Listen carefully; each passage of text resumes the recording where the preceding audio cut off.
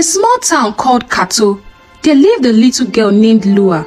She was just 7 years old and she lived with her parents, Mr. Ari, and her mother, Asa. Lua was a very beautiful girl who had a beautiful smile, but unfortunately, she never got a smile because she was not happy in her own parents' home.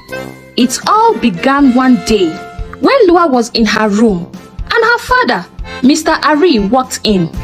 He said to her, "Lua, I want to show you what it means to be a woman, but you must not tell anybody. It is a secret. Make sure you don't tell anyone." Little Lua did not know what her father meant, but she trusted him.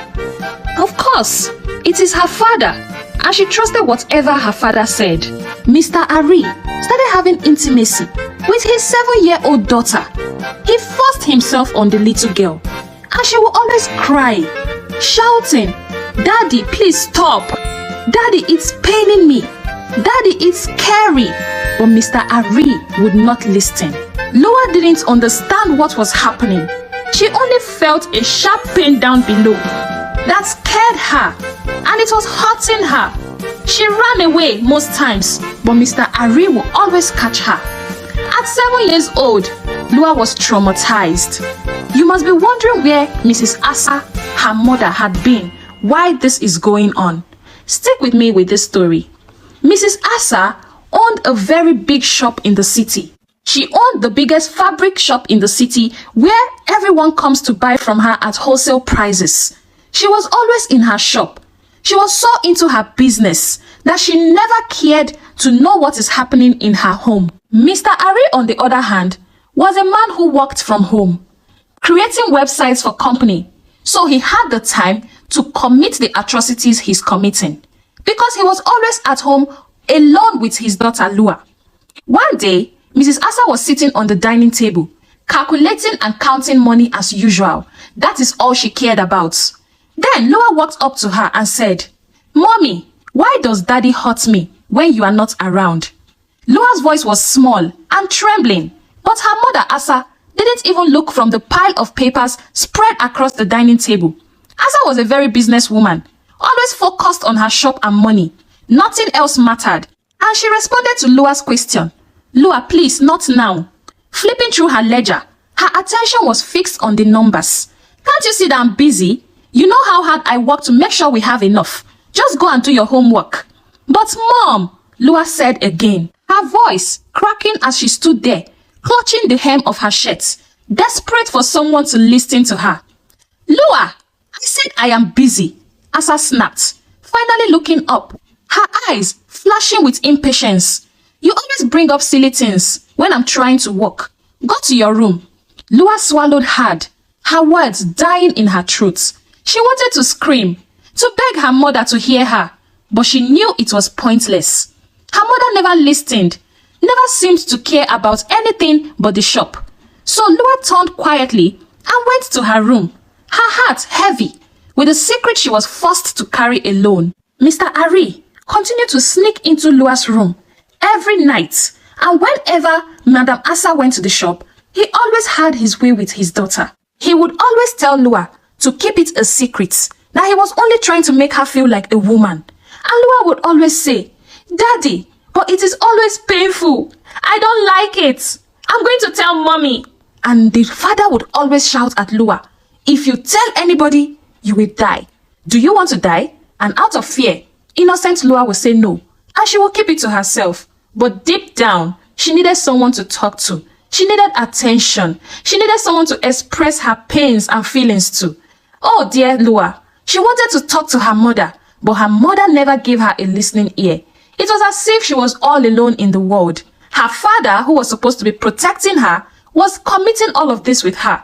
And her mother, who was supposed to be her guardian angel, was never available for her. One evening, Lua was sitting at the staircase, crying, her eyes swollen. She had gone to her mother again, hoping, praying that this time Asa would listen. But it had ended like all the other times. "Mom, can I talk to you? It's about Daddy." Lua had whispered, her hands trembling as she gripped the edge of the table where Asa was counting her money. Asa didn't even look up. "What is it now, Lua? You are always complaining about something." Lua's heart pounded in her chest. It's about what daddy does when you are not home. She couldn't bring herself to say it. The words felt like they would burn her throat.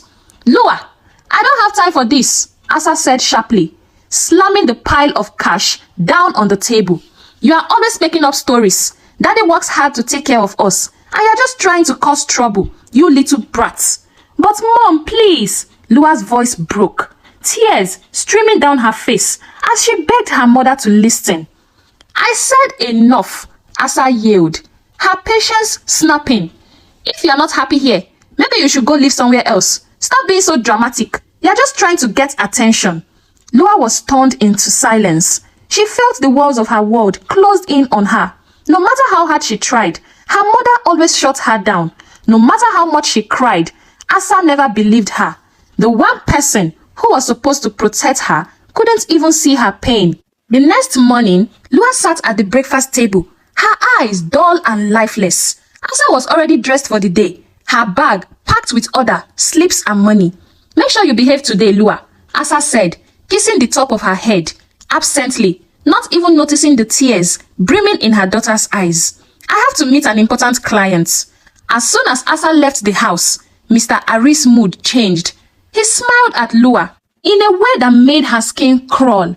The man was a monster, hiding in plain sight.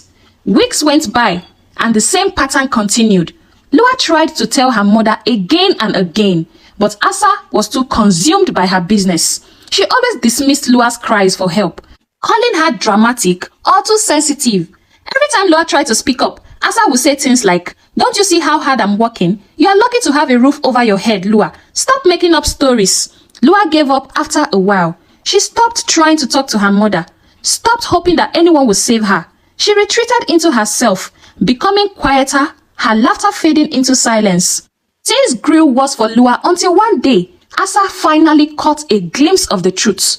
She returned home early from work, something she never did, and found Mr. Ari in Lua's room, doing the very thing Lua had tried to warn her about. She met her husband, Mr. Ari, having intimacy with her 7-year-old daughter. Asa's world crumbled in an instant. She screamed, pushing Mr. Ari away and cradling Lua in her arms. For the first time, she realized what her daughter had been trying to tell her all along. Asa called the authorities, and Mr. Ari was taken away. In his defense, he said Asa was not always available for him. Asa was always busy with her business, and he needed companion and company. Can you imagine the defense, dear viewers? Is that an excuse? Anyways, Lua was taken for counseling, where she slowly began to heal from the trauma she had endured for so long.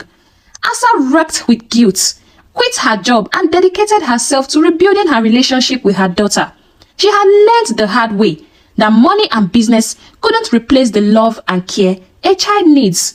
As for Mr. Ari, the monster father, he was sent to life in prison, and he spent the rest of his life in jail. The moral of the story is simple. Always listen to those who come to you with their pain, especially children. Ignoring their cries for help can lead to more suffering. You never can tell what they have in mind to say to you. No amount of money or success is worth losing the ones you love. Thank you so much for listening to this story. I hope you learned a lesson. To be a good parent, to be a listening parent, not a mother like Asa, and not a father like Mr. Ari. This is African Storyteller Hub. Thank you for staying tuned, and thank you for watching this video to the end. I hope you learned something. If you know you are coming across this page for the first time, please do well to follow this page. Like this video, share out this video so that other people can watch and also learn from it. Don't forget to like this video, please. Please like this video. Thank you so much. Thank you for watching.